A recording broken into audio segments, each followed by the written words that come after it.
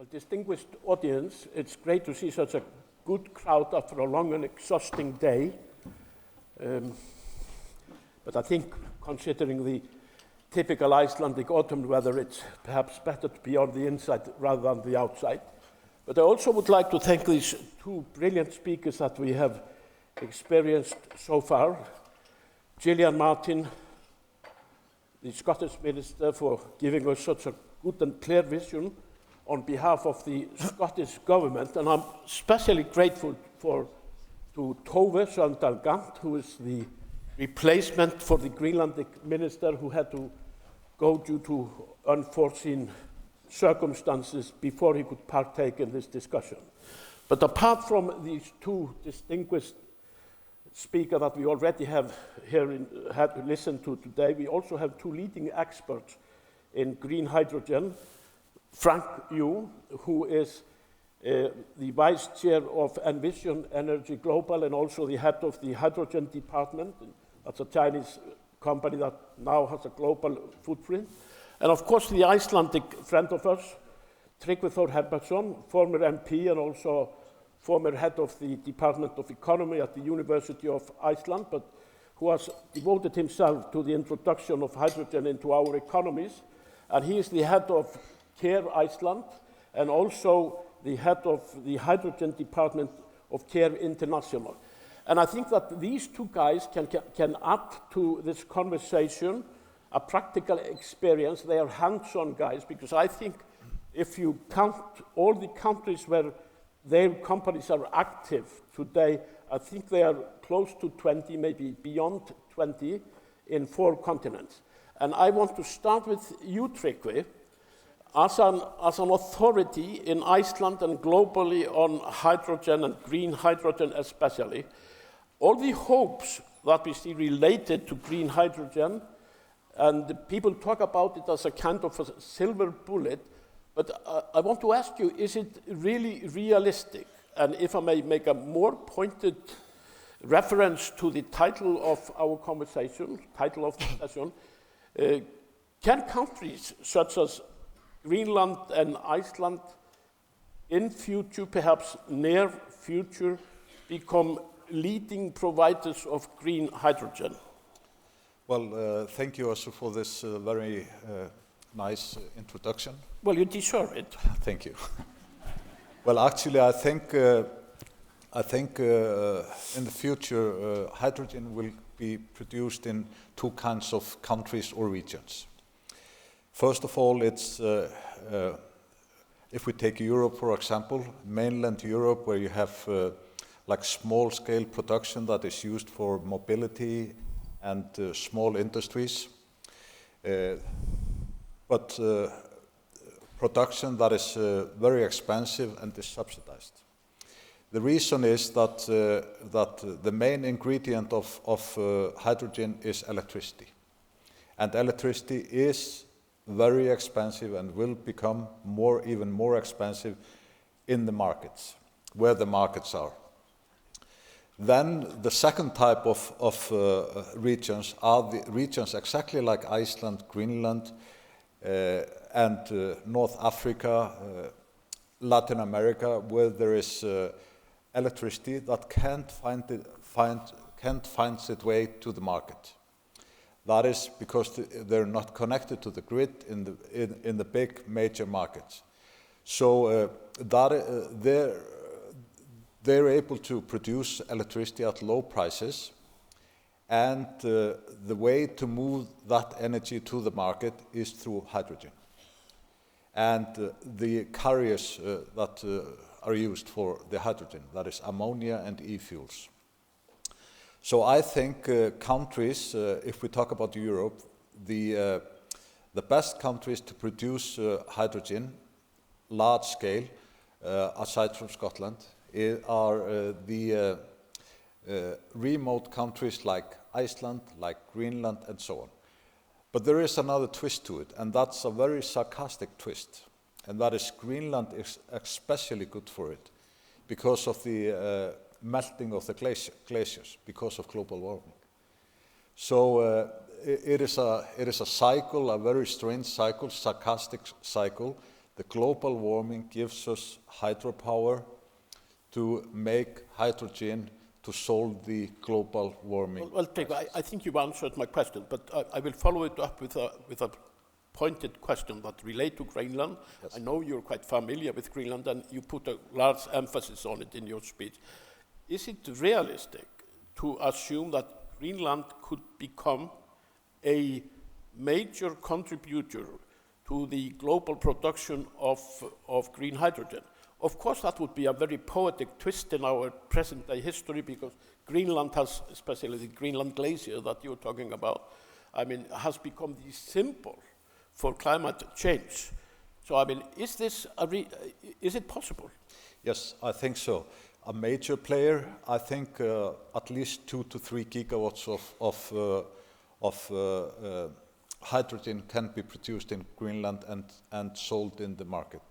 Well, I mean, this is for me great news. Okay, 2 years ago I delivered a great report, or a big report, to the Icelandic government on Iceland and Greenland, and one of the things that I dwelled into was the possibility of using the hydro potential in Greenland to produce e-fuels. And I came, wrongly perhaps, to the conclusion at the time, only 2 years ago, that due to technical problems in logistics, especially transport, perhaps storage as well, this was not really, at the time, a possibility. But I have noticed since then that the technology that relates to hydrogen has progressed by leaps and bounds. So I want to ask Frank Yu, our Chinese expert that I know is now building or taking part in building perhaps the largest green hydrogen project in the world. I mean, have we today, has science and its cooperation with business solved all the logistical problems? What Tryggvi is describing and what we are discussing here today, is it a technical possibility? Have we solved all the problems? Thank you for your asking this question. Envision is we position as a technology provider for net zero industry. We support Qair to develop the green hydrogen project in the different countries. I think from technology perspective, with the improvement of the wind turbine efficiency and the cost reduction on the wind turbine, and also the efficiency of the electrolyzer and the cost reduction of the electrolyzer, finally, we are very confident the green hydrogen cost will be lower than gray hydrogen in any country. Several countries in the world will be ahead of the other country to get the green hydrogen, be more competitive than the gray. Please think about if we can achieve lower cost green hydrogen, then the future of the green hydrogen to replace the existing volume of the green hydrogen will become huge. Then think about the major CO2 emission right now in the industry coming from the ammonia production, from the co-gasification, from the SMR, methanol coming from the SMR, also coming from the co-gasification from China, and kerosene for support aviation. These several mobility market, the diesel and the gasoline. So if we can use green hydrogen to rebuild our energy structure, that will be great things. So to consider this, we have to rethink about where is the location for the green hydrogen in the future. So in our mind, Asia, there are several countries we can have this capability. One is China, Oceania, and in the Middle East, GCC countries, Africa. Back to Europe, we think I agree with Tryggvi. Greenland, Iceland is the first time to Iceland. Qair arranged me to visit the site in this afternoon. I think the wind quality is really good, and the water resource is really good. And very important, it's close to the end market, to the European continental. Please think about if we deliver the ammonia from anywhere to Europe, the logistic also have a CO2 density, right? We have to consider, finally, the energy the best energy resource should be close to the end market and have less CO2 emission. And also, decentralized energy resource is much better for the future stability of the economy. So centralized energy structure is not very good. So green hydrogen will play a very important role. Okay, so I mean, this was a totally new perspective for me, which gives rise to a question to Gillian. I don't know Gillian, but I follow Scottish politics, and especially her party, and from afar, I can see that she really is a rising star, and I think we will hear a lot from her in future. And therefore, it gives me a lot of optimism to hear how strongly she advocates for green hydrogen. But we have heard the First Minister of Scotland, at least one, come here to this domain and give speeches and define Scotland and Scotland's role with regard to the Arctic as the gateway between the Arctic and Europe. And when Frank says that one of the benefits of Greenland is its closeness to Europe, then I ask you, Gillian, with your detailed view on hydrogen policy, which is much more defined than I have heard from all the Northern European ministers, is it possible that Scotland, having defined herself as a gateway between these two different worlds, will in future develop ports and become a hub for the export or distribution of green hydrogen that will be produced in Greenland and inter alia in Iceland as well? Well, that sounds like a great idea. It is for free to you. But so what we're doing at the moment, I guess, is a precursor to that, because what we're having to do with our ports is invest in them in order to facilitate ScotWind. So ScotWind is our offshore floating wind ambition. It is going to be generated, it has the capacity to generate 28 gigawatts of electricity from all these developments. I believe someone on the panel has an interest in this and is one of the developers. In doing that, we always have to have in the back of our mind, what are we going to do with this 28 gigawatts? You know, so we're investing in those ports for the deployment of all the kit and infrastructure that's going to go out into these floating offshore wind developments.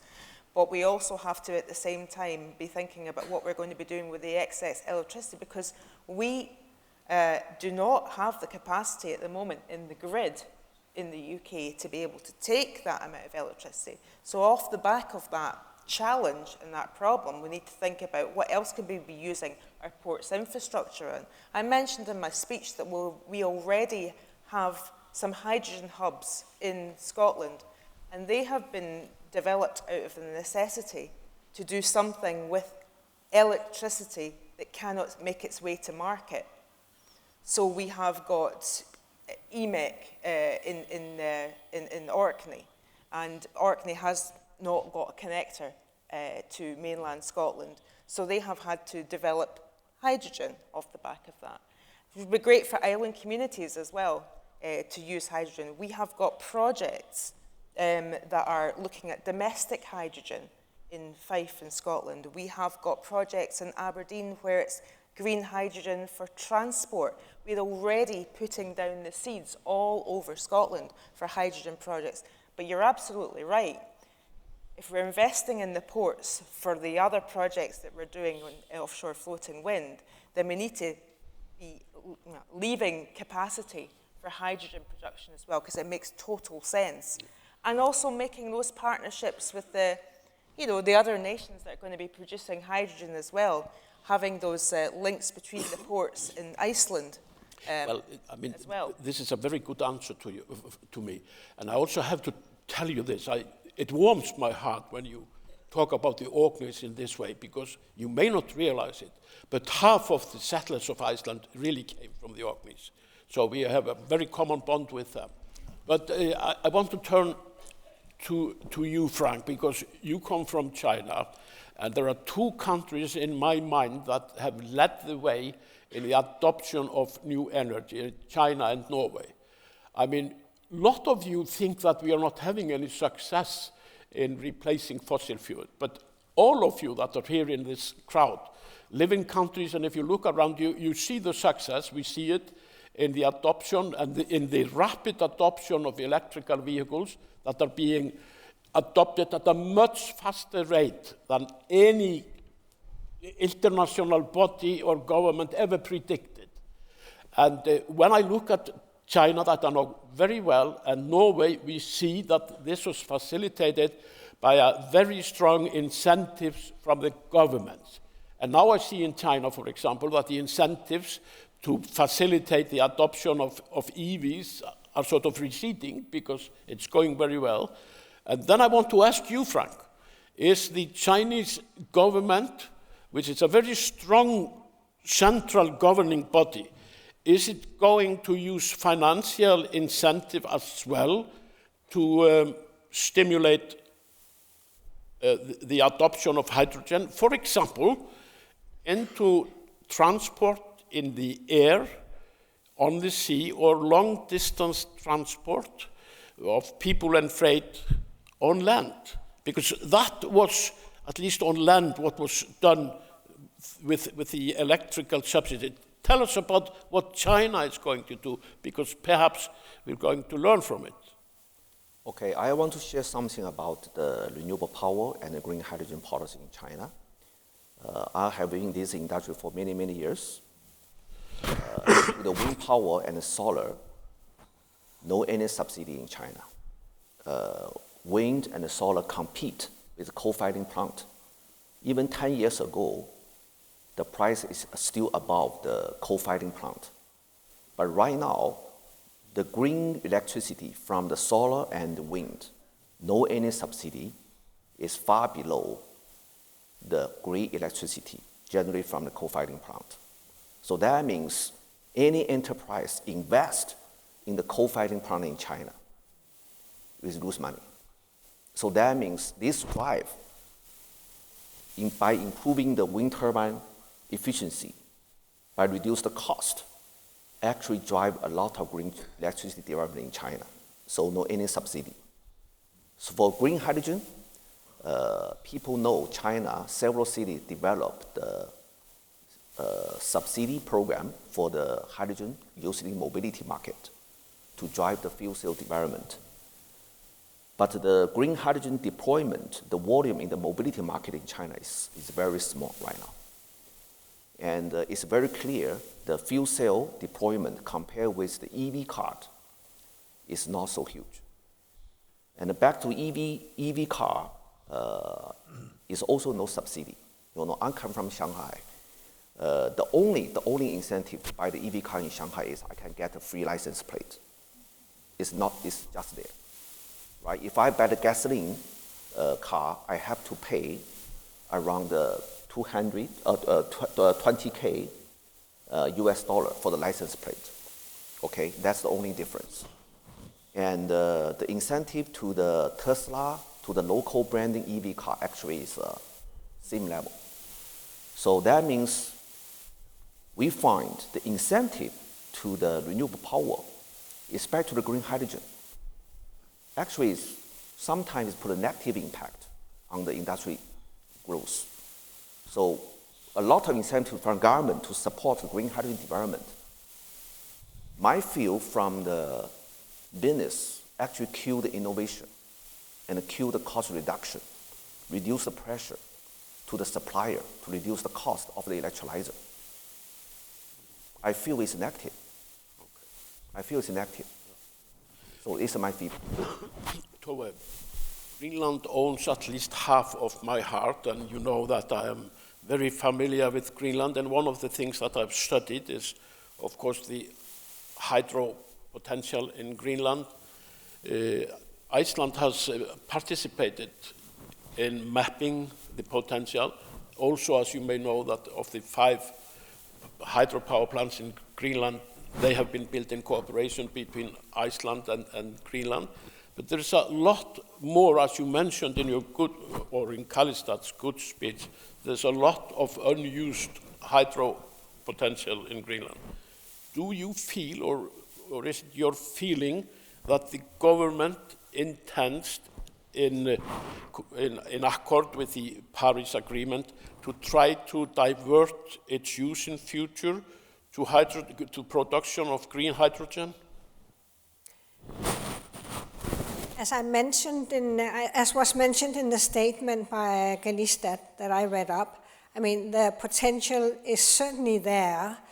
And here I would like to refer once again the hydropower potentials of Desarsiaq and Desarsuaq in the middle part of West Greenland. We are actually planning to carry out a tender process for these large potentials in the coming years. I mean, and these, the assessment of these potentials are based on time series of hydrological measures that goes back to the 1970s. And we have estimated that there is an energy potential of up to 9,500 gigawatt hours yearly. And then on top of that, we also have smaller hydropower potentials that you are well aware of, that are situated different places in the countries.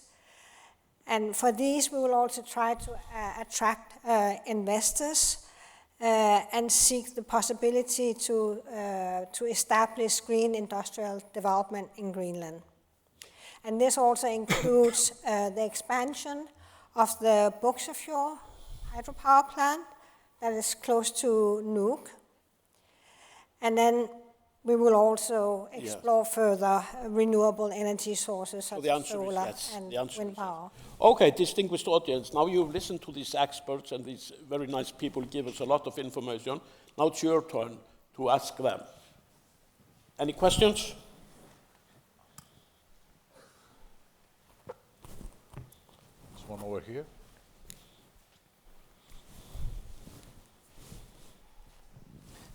Hello, I'm Gustavo Gardini from the Deutsche Bahn group, the German railways. So we are in our net zero program becoming 2040, where our intention is to become emission free. We still have a lot of diesels from trains. Besides, we are on trains, buses, and trucks. When is the green hydrogen, in your opinion, going to become a reality that are going to be on a large scale marketable? Because today we are betting on HVO as synthetic fuels, where you can reduce in 90% the CO2 emissions. And what is your prognosis when it's going to be in a maturity level that you can be operated in a large scale? Which one would you like to answer the question? Please, it can be more than one. Like give us like your dates. Yeah.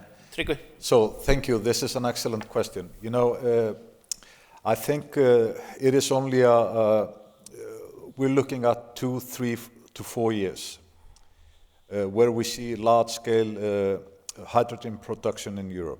It's on a small scale now, but it is growing very fast. For example, we are building now, started this summer, building a hydrogen plant in Port-la-Nouvelle in Occitania in France. That will be operational in about 2 years, and that will be used for mobility.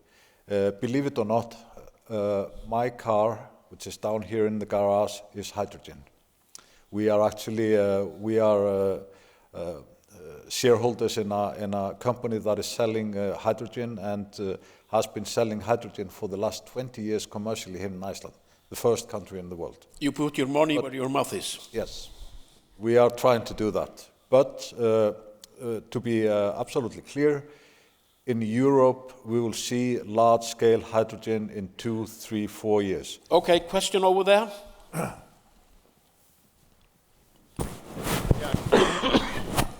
What is the average cost of electricity per kilowatt hour, if you can give it to us in euro or dollars today, and what do you expect it to be with your project?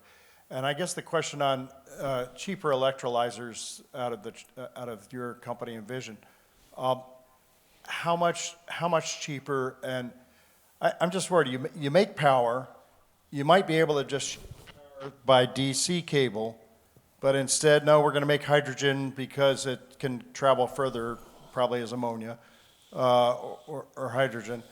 And then it gets into the car, and I'm just worried about efficiency. And I'm just trying to figure out, is this going to be attainable numbers that make sense in terms of compared to today's cost of gas-fired power? This is for you. Okay. Thank you very much for your question. In China, right now, the wind turbine, the renewable power from the wind turbine, right now is $30 per megawatt each. That's a very common price. And wind turbine cost is being steadily reduced. So that cost will be even reduced in the future. So back to the green hydrogen cost in China, in some location, like the Inner Mongolia, with very good solar and wind combination. And in this location, the green hydrogen cost can be achieved $1.8 per kg. Okay. Yeah. There's one question there, very short. You have to be very brief, and the answer must not take more than 20 seconds. Hi, so my name's Nick. I'm a student at the University of the West Fjords. I had a quick question just on the infrastructure side of things.